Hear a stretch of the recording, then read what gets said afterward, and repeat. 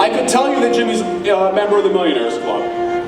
I can tell you that Jimmy's a 15-star diamond, and that he probably has over 20 diamonds. I can tell you all of those things, all of these amazing things he has done. Hundreds of coaches, this amazing team over here that he brought with him. All of these things I can tell you, but what I'm going to tell you right now, he lost 100 pounds. All of those things I can tell you. What I'm going to tell you right now is, Jimmy is the example of what it is to be a Beachbody coach, both physically and in your business. So without further ado, let me bring to the stage Coach Jimmy Hayes Nelson.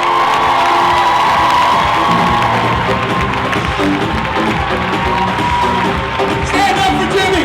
Let's get loud for Jimmy! Invite Jimmy to the stage, show him what Philly's all about!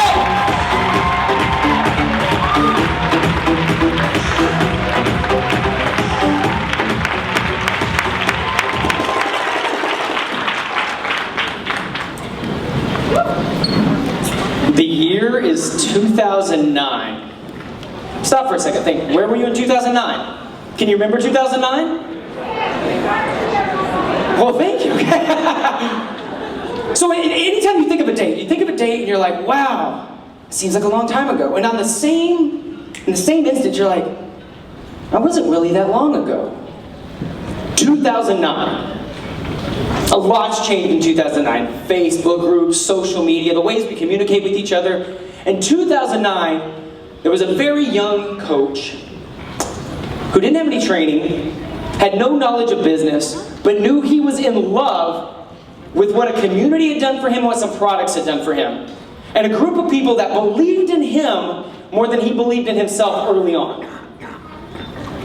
And had no clue how to build a business, change his life, or do anything with it.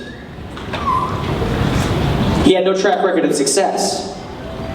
Because up to this point, all he knew was failure. Family, broken home. Nasty custody battle pulled between two families, never really feeling like he had a place to be safe, a place that was his own. Top that on top of being an obese child, moving around a few times, really never feeling like he had true friends, that he always had to be on, always had to perform, always had to entertain in order to get the love and acceptance that he really wanted. Had a dream of entertaining and touching people's lives, but hated the prison that he was in a body that was 100 pounds overweight. Became very angry and very much a victim. You know that thing it's not your fault, right? You know that thing that's not your fault. It's their fault because they had more money. It's their fault because they were in a better position. It's their fault because they had better looks. I mean, no wonder you haven't succeeded. Look at what they have that you don't.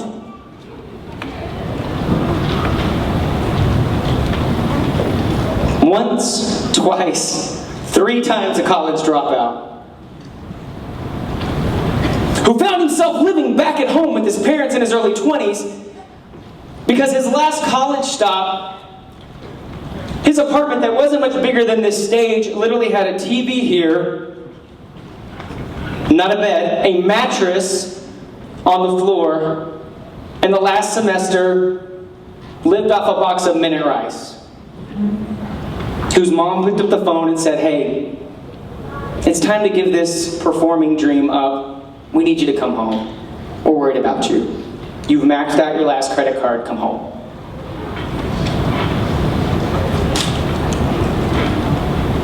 So he goes home. He's not going to perform. He's not a dreamer. He's surviving. I mean, he's literally just day in, day out, trudging through life. So there was a moment, one morning, stepping out of the shower, walking by the mirror, trying not to look at, he stops. And he hates the man that he sees looking back at him. He has no respect for him, he doesn't like him, and he doesn't want to hang out with him anymore.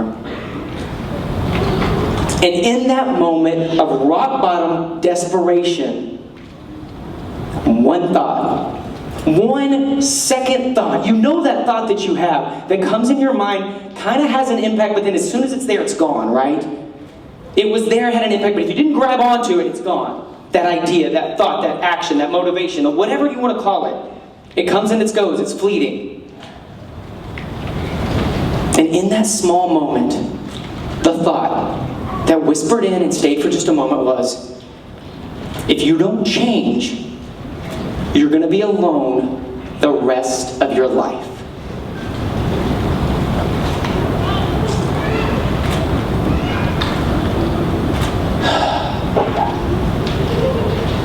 Nothing changed the next day for this guy. There wasn't some come to Jesus moment where everything changed and the heavens opened up. But he was opened in a mindset that when an opportunity came along later that was a potential solution, he at least was willing to listen. Because up to that point, with all this failure, skeptical, mad, bitter, a victim mentality, at least he was looking for something.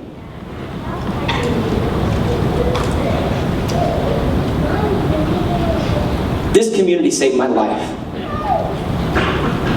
I shudder to think of where my life would be right now had I not had that moment, been open to the opportunity, and grabbed this thing by the throat when it came along, and hang on for dear white-knuckle life that I'm like, I got one plane off this island and this is it. Because I had no proof that anything else was going to work. My resume said failure. My resume said you're not worthy. My resume said you've never been successful in anything in your entire life. You've quit everything from pee-wee soccer to playing the saxophone to you name it growing up. As soon as it was uncomfortable, I wasn't motivated, and there was work involved, I quit. So in 2009, as a new coach, I didn't know what to do, but I knew I needed to take action. I was willing to work. So I grabbed 3 of my friends and had a crazy idea that was like, hey, here's an awesome idea. Let's get in a car in LA and drive from LA to New York City and stop in about 4 cities in 8 days and do a big Beachbody road trip. Isn't that a great idea? No. The fact that some of those people are still my friends today is a miracle. So I'm going to tell you about my big, awesome idea. That big, awesome business idea you've had, right? You're like, oh, this is the group I'm going to run. Or this is how I'm going to market my business. It's going to be brilliant. Well, I packed some people in a car. And we started in LA, and went to Arizona, and dropped down to Dallas, and went to Memphis, and up to New York City. Well, LA, there was like 2 people that showed up to our little fit club. Phoenix, no one. Like, rented a big room. Oh, did I tell you that I was still way in debt and had no money, and my wife was not excited about the money that I was spending at the time? I was like, baby, this is what we're going to do. God bless that woman. Dallas, we had some coaches show, but the point was to build a business, right? We wanted to come to the fit club, and we're going to build this business, and we're going to go on this road trip. So we finally get to New York City, and we do. We have a great turnout because my homeboy Sean T goes, hey, I'll come do a workout. 60 people. Man, this is awesome. And then I wrap up, and I look back, and I'm like, wow, cool. How many coaches did we sponsor? Took a week of time, thousands of dollars, because hotels everywhere, and I was picking up, just max this credit card out. I don't know, I'm not going to pay it. No, I'm not the only one, right? So I look back on it, and we signed a whopping 1 coach. And a lot of debt. Another flippin' failure. That time you're like, this is it. This is what I'm going to do with my business. I'm going to go all in. And it doesn't work. And you go, man, this business isn't for me. I can't do this. My resume was right. That voice in my head telling me I was going to fail. That dude, that chick, they're smart because they were right. And I'm going to tell you, it's my biggest failure that sparked my success. It wasn't the same way now. We weren't Snapchatting our way across there. We were trying to use social media a little bit, but it wasn't the same. So many people didn't know what we were doing. And it was the sweat equity that we put in, the failures, the willing to show up. In New York City, after that, okay, what are we going to do? We'll have meetings. We'll try to fill a room. I'm going to rent a dance rehearsal space every Tuesday. And I'm going to pack up a bag from Queens and jump on a train with a projector with all the products, and I'm going to come into the city. I'm going to invite a bunch of people, and my best friend and my wife, we're going to set up the projector, and we're going to set everything up, and we have samples of everything. And oh my gosh, we're so excited. My wife and my best friend got really good at listening to my presentation, which I would do with nobody in the room. Why? Nobody showed you me. Bail. Give this business the finger and move on to the next thing that you're probably going to quit again.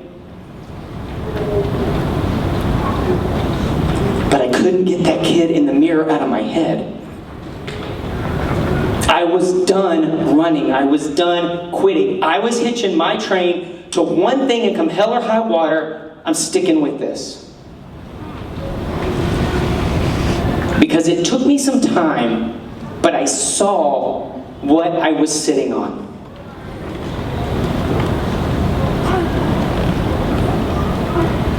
Is this a social club? It can be.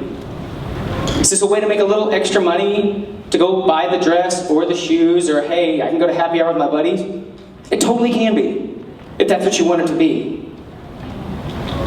This business can set people free. Change your life. Whatever's stressing you right now, when I say the word stress, something popped in your head. Your kids, your marriage, your debt, your job, the people that you're around all the time that you hate, other family members, an injury. I don't know what it is. But all I know is this is a solution for that. Because I stand here as proof that it is. But I don't think you get what you're sitting on. You don't take this seriously.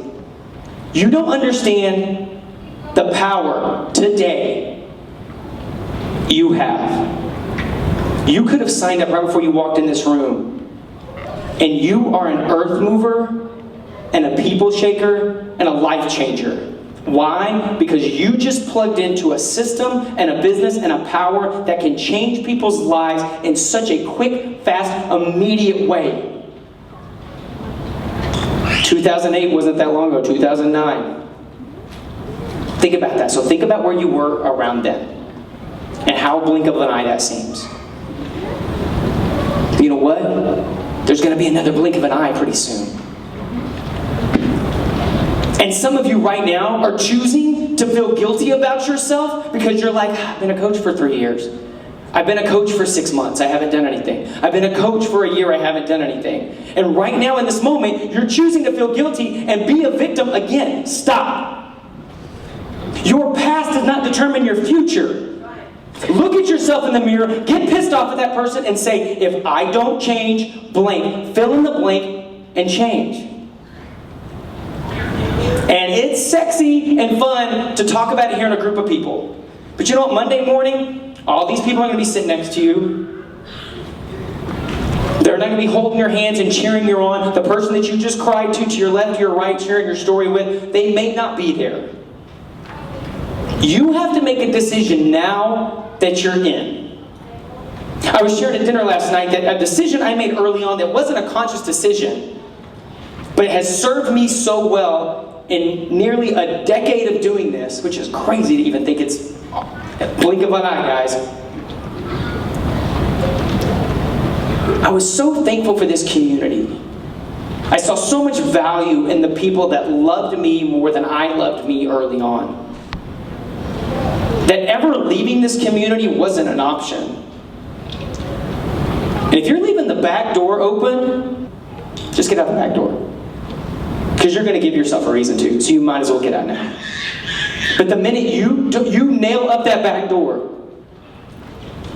you white knuckle into this thing and you say, this is what's going to save my life, come hell or high water, and leaving or quitting is off the table, your life will change. And you know why it changes? It's not all of a sudden that that everybody you talk to says yes. It isn't that you get to the point in your business where this is just on cruise control, because I'm going to tell you, I used to think that too, and it doesn't happen.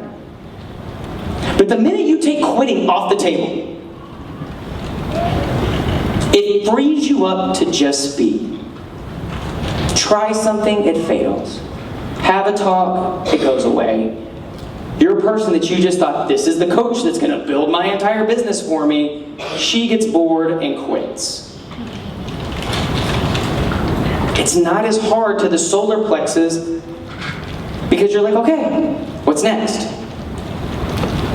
But I think we leave quitting somewhere in the back right there. And I never understood that, because I'm like, well, if the community's good for me and the products are improving my life, why would I leave? And so I didn't know we would build the business that we built. I didn't know financially I would bring my wife home from her job. I didn't know that we would literally that our time is our own. Which, wrap your head around that for a second. I have very loving talks with some of my team on this side about employees versus entrepreneurship and what that transition looks like. We've been brought up to believe there's safety in the cubicle. That's our version of security. The job, the insurance, the benefits. It's super easy to go, that's security. This crazy ass life you're talking about, that's scary as hell. That's the difference. But I've seen my friends with the secure job, it disappear like that. I've also seen my friends with the secure job puts so much stress on them that their marriage sucks, that their quality of life sucks. And so if I'm secure and unhappy here, and there is an option, because you are sitting in a room of people that are proof that this works, why wouldn't you take this more seriously? What do I mean by that? What do I mean by seriously? I was reminded of a video I have on YouTube that lovingly is called How to Get a Diamond in a Week. And it's because after one summit, I was at a summit that sometimes things just open up in the clearing for you. You've heard it and you've heard it and you've heard the same story, but all of a sudden it seems obtainable. It's like if I told you, hey, just go pick up a water on the back table and you'll never be thirsty again, and you look back and you're like, oh, the water's just right there? Okay, cool. And you go get the water. But before then, if I talked about the water, but you really couldn't see the water, and the water was just an idea. There was something about coming to this summit, and I knew that I wanted to get my wife home from her job, and I knew our financial situation, and I knew getting her to Diamond would get us a lot further there. And I don't know, it's just, you have one of those aha moments, you're like, okay, I'm here in life, where I want to be is right there. Well, I'm going there. I'm just going to move, I'm just going to go there. So that week home, I was like, great. That's 12 people that need to join my team in some way, shape, or form, right? To get to Diamond. And instead of it seeming overwhelming to me, it was, cool, how many people do I need to have conversations with to 12 say yes? Well, it could be 12, but probably not. Right? The coach is like, oh, I didn't make it to Success Club 5. How many people did you talk to? 3. Well, no shit. You know? Why didn't you talk to more people? Well, I don't know. Do you find value in being a coach? You said yes, so obviously somewhere along the way you're like, wow, there is value in this. So why are you ashamed to share something of value with another human being in need? Right? And great, the first one may say no. The next one, not right now. It's too expensive. I don't have time. That's a scam. Whatever, cool. Next. I am only looking for people that are looking for me. Because there are people that don't know. Seriously, guys. And it's so easy on your Facebook newsfeed because all your friends are flipping coaches, which I'm going to encourage you not to just be friends with 1,000 coaches. Because perception is reality, right? Well, my newsfeed is full of Beachbody coaches. I guess everybody already has coach. While you're sitting on a social network with billions of people, but you've just decided to stay in your own little playroom, so you think everybody is already in drinking the blue Kool-Aid. There's a single mom right now barely making ends meet to pay rent and feed her children that would die for an opportunity like this that doesn't even know it exists because you are too self-conscious to share it with her. And every time you don't share, that is the most selfish thing you can do.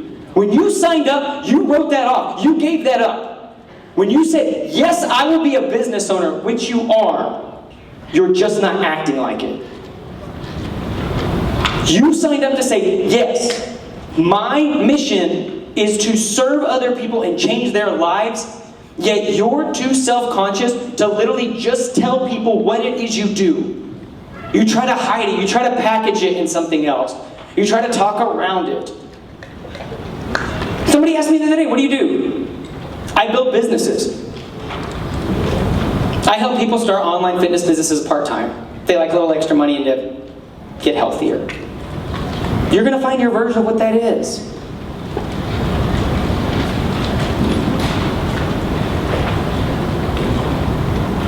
And you got to find your version. It's really easy to look at things in that Facebook news feed on Instagram and think there is one way to build this business, right? And we think, and then we try that system, and if it doesn't work, we think we suck as a coach. But look at it this way, and I've had enough conversations with Carl, he'd tell you the exact same thing if he was here. You're not an employee of Beachbody. You are your brand. You are the business owner. This amazing company has given us world-class products to help solve a problem. Perfect example, I have a new coach. She's super passionate about helping battered women. Had used insanity in the past. I'm like, you should join my team. And I do tell, that's my recruiting speech. Because if you don't believe it, they ain't gonna believe it. And she's like, yeah, Jimmy, but I don't know about that.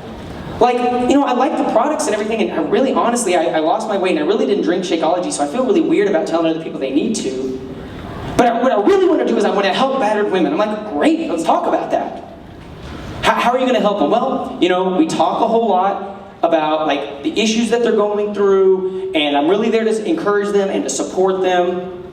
I'm like, okay, well, so let's go back to your situation. I said, you're passionate about this because this is your past. And I said, what helped you in the midst of all of it? Well, I felt that my life was out of control. And the one thing I could control, where I couldn't control him and I couldn't control how it was affecting our family, I could control how hard I pushed every day when I pushed play. For those 30 to 45 minutes, I was in control of my life. It was up to me how high I jumped, how hard I pushed, when I dug deeper, and for those 45 minutes every day, I was in control of my life. I said, that's awesome. Do you think some other woman could use that same message? It's not about being Beachbody Coach so-and-so on your screen name and stuff. It's, hi, my business is helping battered women gain control of their life again. Would you like to be a part of that? Here is my cause. Oh my gosh, yes, cool. Let me show you the tools we use to allow you to take back control of your life. Because for some people, hey, I'm just running a challenge group works. I'm going to tell you, I'm not one of those. I may get in trouble for saying that, but I am a business builder. I build leaders. I show them how to use these products as a tool to do that.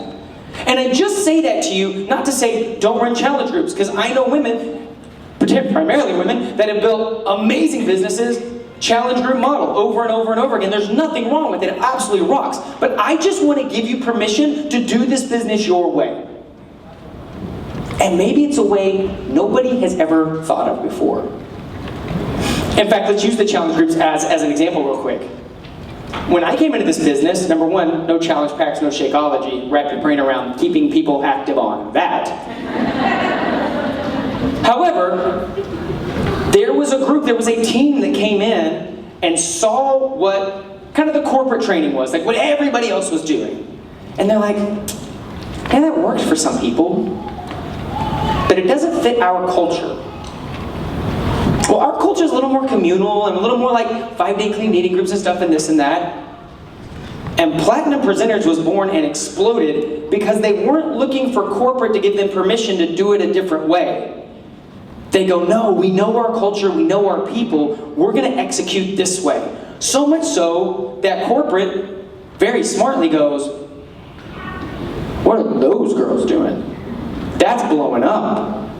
And they go and ask, and guess what? The entire corporate training structure shifted. And those trainings are great, but there's something, I really want to believe, there's something in your gut that's like, gosh, I wish we could run it this way. I know my boys, they would really like this business if it was more this. Then do that. And give it time.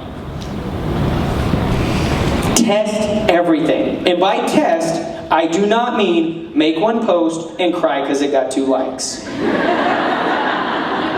So many guilty laughs. Oh my gosh.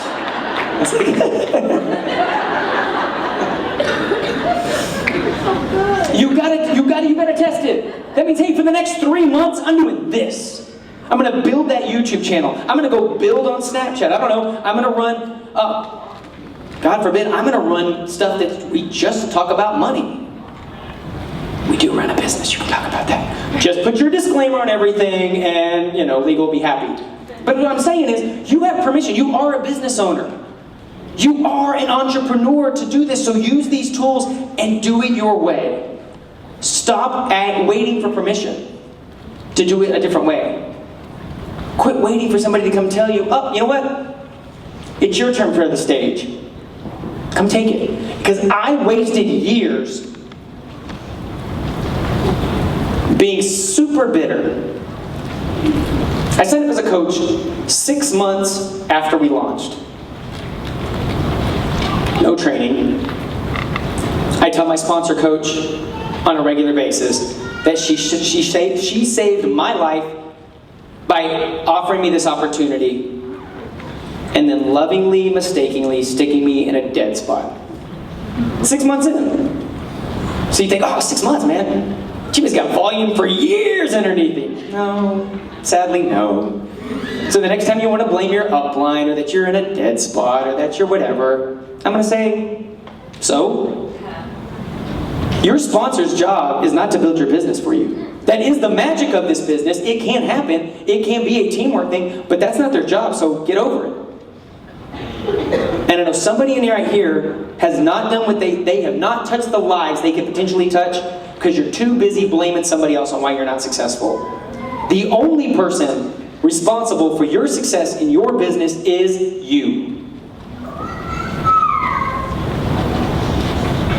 So you have to keep moving forward. You have to keep testing things. But before any of that, you've got to understand what you're sitting on. You've got to understand the potential of this.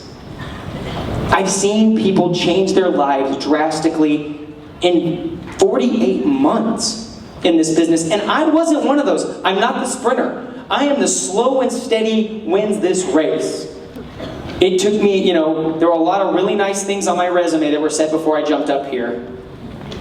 And I will tell you almost all of them, if you took anybody else that's hit any of those milestones, I took the longest. Does that make me a failure? No. You put so much pressure on yourself that if I'm not X by X date, I must suck at this. You got time. As long as you're taking action. Because if you give yourself time, and all you're doing is watching 8 YouTube videos a day, and not doing anything with it, that's not working your business. If I say, hey man, how'd you work your business today? Cool, I watched a video today, and I jumped on a team call, and I looked over some notes.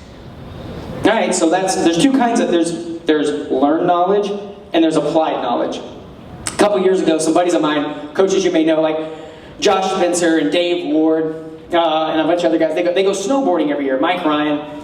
And we used to, when I launched my coaching business, I'm from Texas, but launched my coaching business in New York City.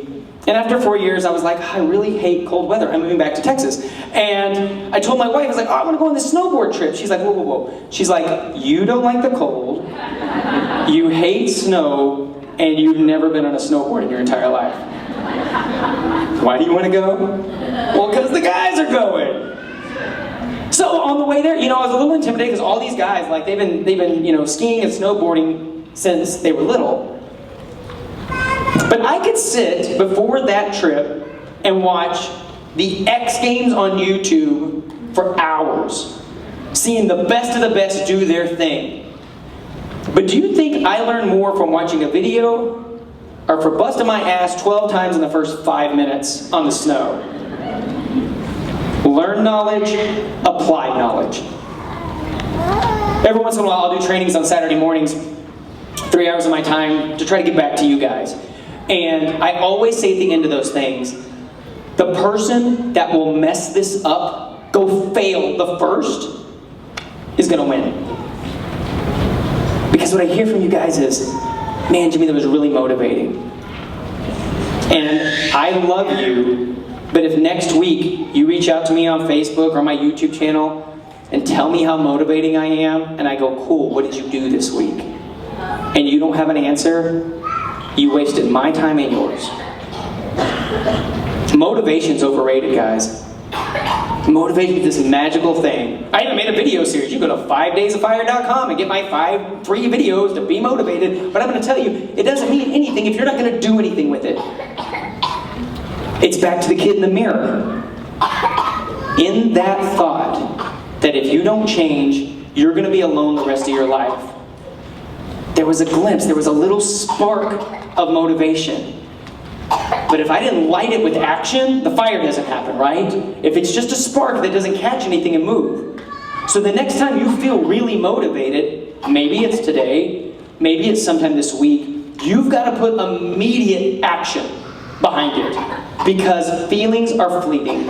And you got to get to where it's a habit and you're showing up every day whether you feel like it or not because you see the potential you're sitting on. I thank you for your time. I honor you that you guys all showed up here. And I've never done this at a keynote before, but I don't know where we are on time. Can I Q&A with you guys for a second? We all not be shy? Okay, oh look, Mike and Andy are ready. All right, let's go. I've never done this. I usually tie it up in a big rah-rah speech and I sprint off to the back. That means, Philip, that we're going to have to edit this much better at the end of that because there wasn't But I want to talk to you because I feel like you're with me. Like sometimes you talk to audiences and they're just like, but I feel like I see people leaning forward. So I want to fill in. I don't want to leave this room with, there's one there. Wait. Yeah, let's go. Okay, I'm Heather. Let's go. Oh, hey, she's on my team. Hi, Heather. Hi, Jimmy. What's up? I was wondering, minus the vital behaviors, because we know that's the first thing we're supposed to do. Right. What do you give your coaches as the first thing they should do to get started on the right path? What is their first line of attack? Great question. You've got to start sharing your story now. I will tell you, all of you are sitting on $1 million story right now and you're not because you're waiting for your after photo. You're waiting till you get to Emerald, you're waiting till you make 20 more bucks, you're waiting for something else. And if you would start sharing your story right now. Hi, my name is Billy. I just signed up to be a Beachbody coach. I have 60 pounds to lose. I'm not making any money, but I know where I'm going. Who wants to come along? People want to be part of building something. Stop trying to wait till it's built to advertise it. Do you feel me? Do you get that? Because if that girl that's next to you in the office watches you and your first 5 days and you got to post there like, man, I'm new at this. I don't know what the hell I'm doing, but the first 7 days of drinking Shakeology, I dropped 8 pounds and kicked my Diet Coke habit. The girl next to you in the office goes, psst, she can do that, I can do that. But you're like, I can't do that. I'm going to wait till I lose 100 pounds and then I'm going to share my... Get out of your cave. Bring people along with you. People want to be a part of building something. Create some enthusiasm because you're excited about it, so somebody else would love to come along with you. You've got to start sharing the story immediately. While you're in, like, I'm doing this program because of this. I had this objective. I'm starting this thing. My buddy Chris Reed says it's so perfect. The day he signed up as a coach, he came back to his house and he told his wife, I'm pretty sure this is a scam, but I signed up anyway. And that's part of his testimony. And he signed so many coaches because of it, because every other prospect that goes, oh, he thought that too. Oh, what, so, great question. Next. So, my biggest thing is... Oh, wait, so everybody can hear you. Oh, sorry. My biggest fear is offending someone. Oh, no. So, Really? I know what's on the other side of fear. My team's all smiling right now because they're like, oh no, here he goes. And I typically don't mind being offended, but when I dig into my story, I was 197 pounds when I first started. And if somebody had came up to me like, girl, I got this great opportunity to help you drop that weight, I'd be like, who said I wanted to lose weight? But now that I'm here, I'm so happy and so excited. So my biggest thing is, how do I walk up to a person and go, I have the solution that can change your life without offending? You know what? I'm glad you asked that question. I used to work as a bank as a teller, and I hated that job because I just felt like a fat guy in like a sausage with a tie and like just not comfortable in my own skin. And I had somebody with another company literally say that to me, came up in line. And it wasn't received very well, I'll be super honest with you. So I don't know that I go about it that way. The way I go about it is I share me and my excitement, and then the other thing I tell coaches, so I'm going to tie these two questions together. The other thing I tell coaches to do, that they go, and then they don't do it, is I take them through a memory jogger list. And we go through the whole thing and I say, at the very top, I'm like, note, these are not the people that are going to be a part of your team. Please don't prejudge this list. Then I said, so we go through the list, and I always ask my groups, how many people? And there's always like 200, 100, and there's always like a guy's like 15, and I'm like, lie. But what I do with those people is I just reach out and say, hey, I started a new company. I'm really excited about this because it's improved my life and stuff. I just wanted to let you know, because if there's anybody you know looking to improve their health and fitness or could use a little extra income, just send them my way. Now that person may go, who? Me. But they may not. So you're not pushing them. You're just excited about what you're doing. Right? And you're not offending. You're not going, sweetheart, you're chunky. You're just saying, you're like, I feel better about me. If somebody wants to feel better, now, if a chunky friend wants to come along, come on. And if she doesn't, she's gonna watch. The people that we were talking this morning, the vocal minority will derail you while there is an army of silent watchers waiting to see if you're gonna stick with this.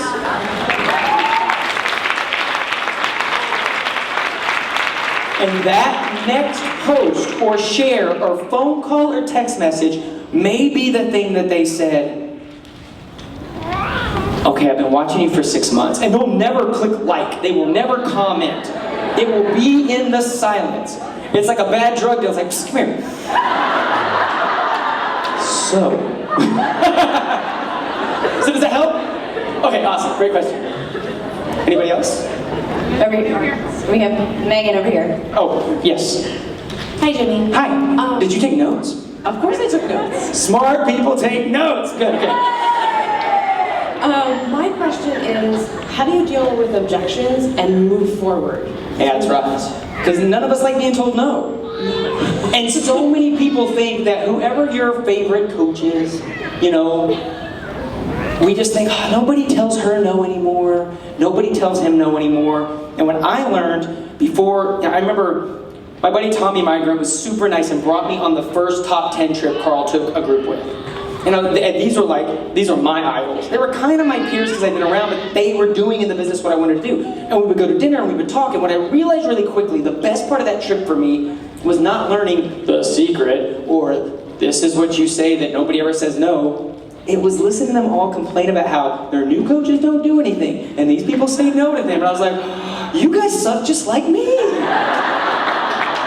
The difference is that they were willing to hear no more often than I was. They got their ego out of the way. Still, one of the best objection handlers I've ever heard in my entire life was a little something like this. Hey, yeah, I can't afford that. Well, I don't know about that. All I know is I was $60,000 in debt with 3 maxed out credit cards, and I knew if I wanted to do something different, I needed to find a way to make it work. And if you're not completely satisfied in 30 days, you can get your money back.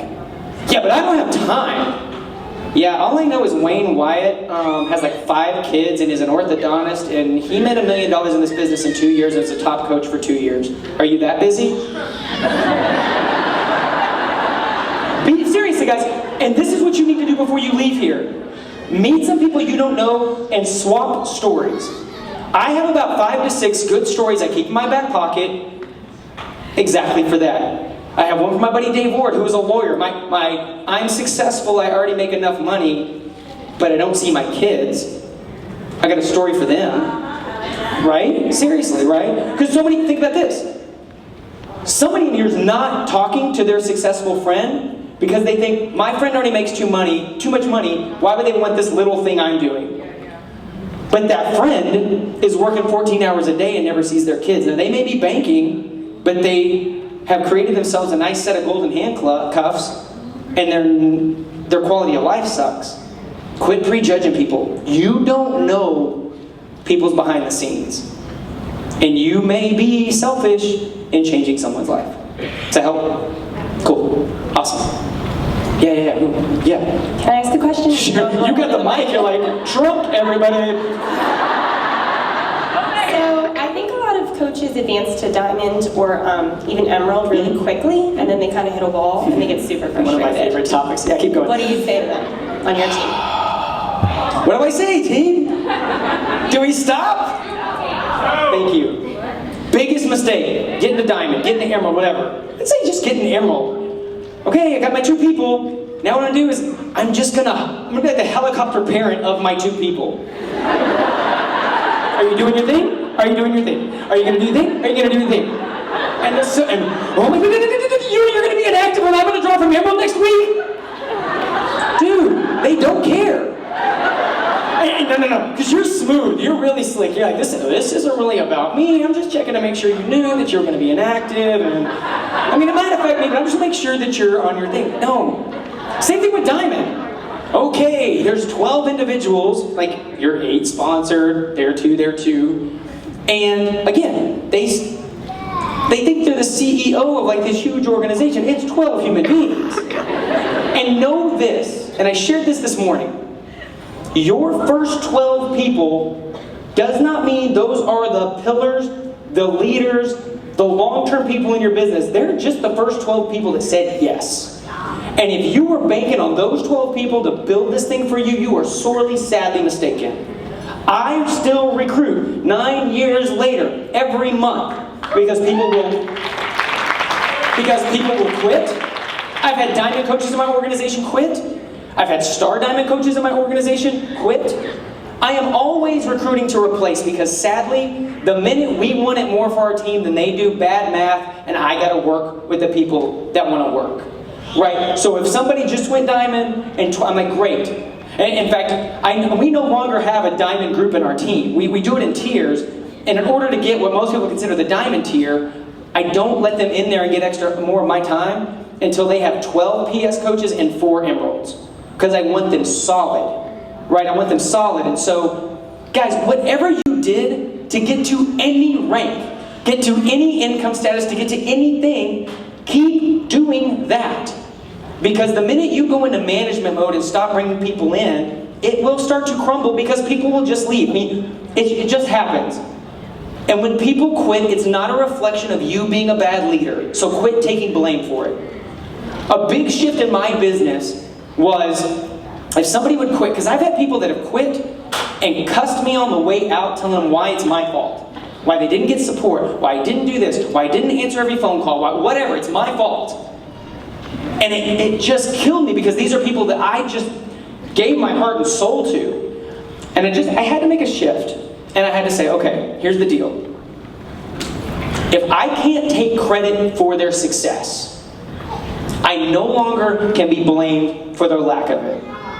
My job is to present an opportunity, introduce them to a business, point them at the tools that I used to build this, and that really is it. Now, many of us do so much more from our teams because we love them to death. But you are responsible to people, not for them. Thanks. Seriously. So, go ahead, man. Hey Jimmy, I have two questions. One is for everybody in here. My first question is, how many male Beachbody coaches are in here? Oh, I like where he's going with this. That's awesome. Look at the dudes. That's awesome. There's a lot of dudes in here. All right, sweet. All right, look at that.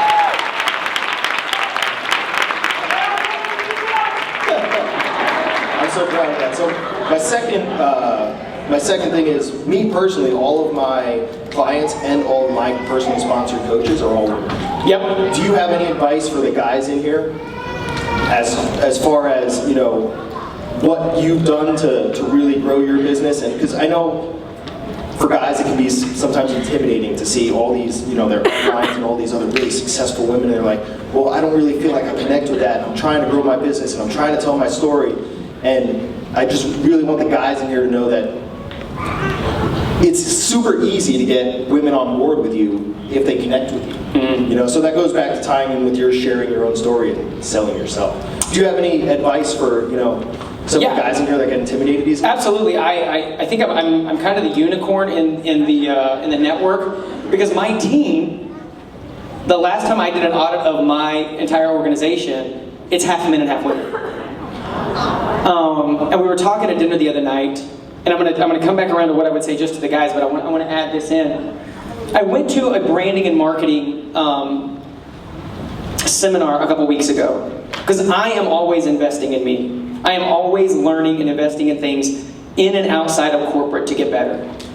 It just doesn't happen on accident. You have to continue to grow and let people push you. So I'm always going to events and seminars and things like that. And they did this thing where we were trying to identify our ideal client. Because they were saying that when you post on social media or you're writing blog posts or videos, you should have this one individual in mind. And like, you'll attract other people outside of it, but you want to know what it is. And when I was really struggling with this, because I was like, wow, my instinct's like, oh, my ideal client's a dude.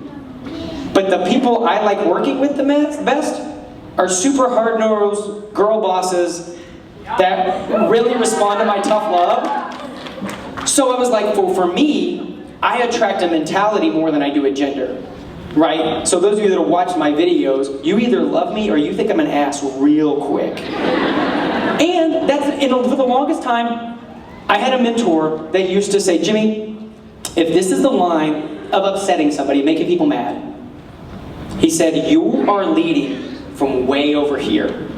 Because Fat Jimmy, who still lived here for a really long time, wanted to be a part of the cool kids club and just wanted everybody to like him. So I was just the biggest cheerleader, rah rah. It was one night after a team call where I was just like, hey, come on, we can do it. And then shut that off and sat on the couch. And my poor wife just heard me just light into what I was frustrated about. And she's like, why don't they hear you? Why didn't your team hear this? And I was like, oh, I can never tell them that. I can never tell them that they're a bunch of lazy ass. Sorry, there's kids in the room, sorry. Like, just do the work, you know? Quit giving me excuses. And she challenged me. She goes, if you're gonna build this, be you. And my business changed because I found the type of people that totally responded. Did I lose some? Absolutely. But the ones that stepped up when I was just me, and I think a lot of you are probably a version of yourself on social media or a version of yourself with your team calls. So for guys, number one is just, it's a business, right? Like, I think guys, by nature, most of us, super entrepreneurial in some way.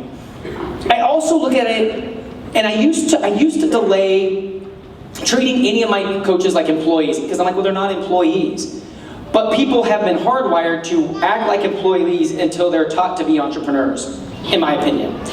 And so I gave them metrics, like they would have sales quotas. Here's the things you need to do. So treat it like something that is familiar to what they're already doing in their career. Is the biggest thing I would say to another guy. Challenge them, let them know, hey, competition usually works pretty well. Hey, so-and-so hit this in this time frame. You don't have to do that. I know it's kind of tough, you know. And it's always good to see in their eyes. It works with some of the girls too, because they're like, I'll do it then. We just take off. Okay. How many guys are here again? Raise your hand. Keep your hands up if you're coming to my men's event in May. All right, okay. I'll make a deal with this room. Those ticket sales are closed, but I will put in your group a private link if the other dudes want to come join these other guys. And I'll order those tickets. It's me, Dave Ward, 13 other six-figure earning guys, and Gary Vaynerchuk in Dallas, Texas. So we'll do that as well. So, absolutely. Anybody else? Do we still have time? I don't even know what time it is. We got one more question. One more question over here. Question. Hey, has this been helpful? Okay. I'll just talk all day long, and I just like to hear me speak. I just want to know that there's impactful here.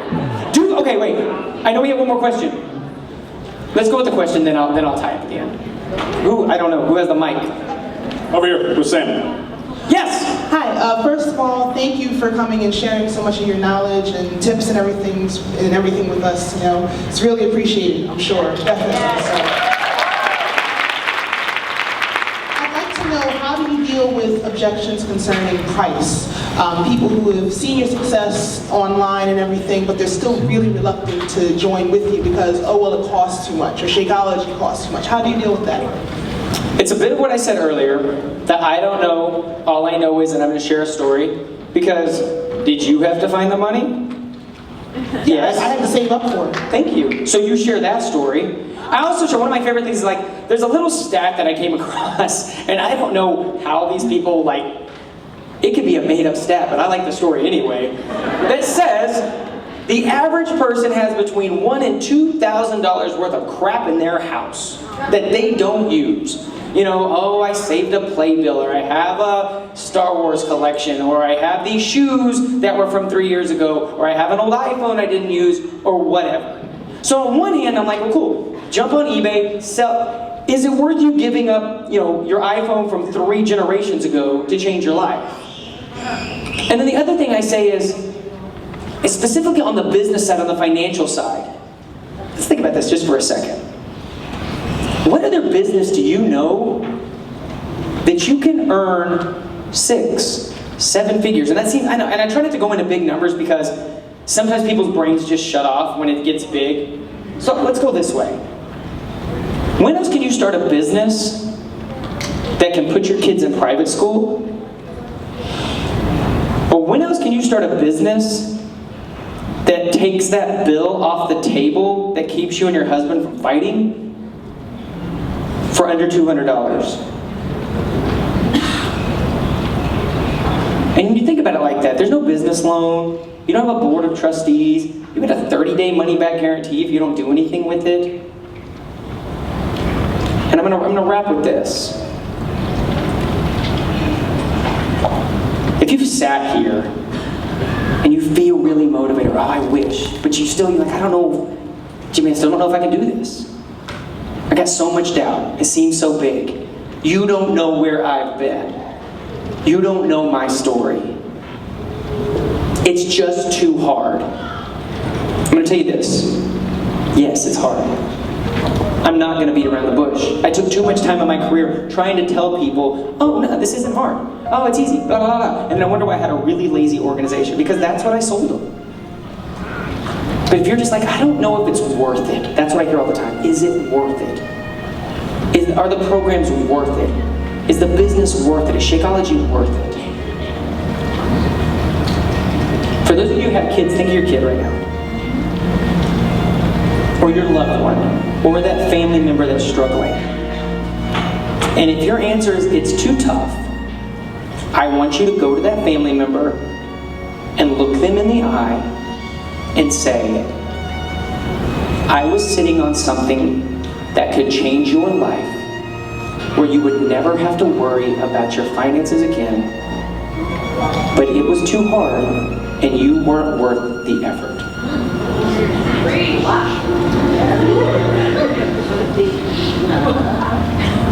I can't do that to mine. 9 years in, I'm showing up every day. Good days, bad days. Keep rolling. Thank you, Philly. You guys.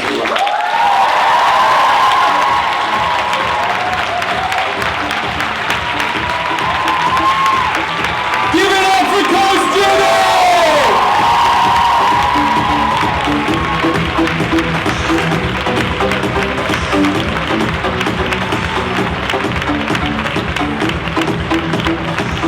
One more time for Coach Jimmy, please.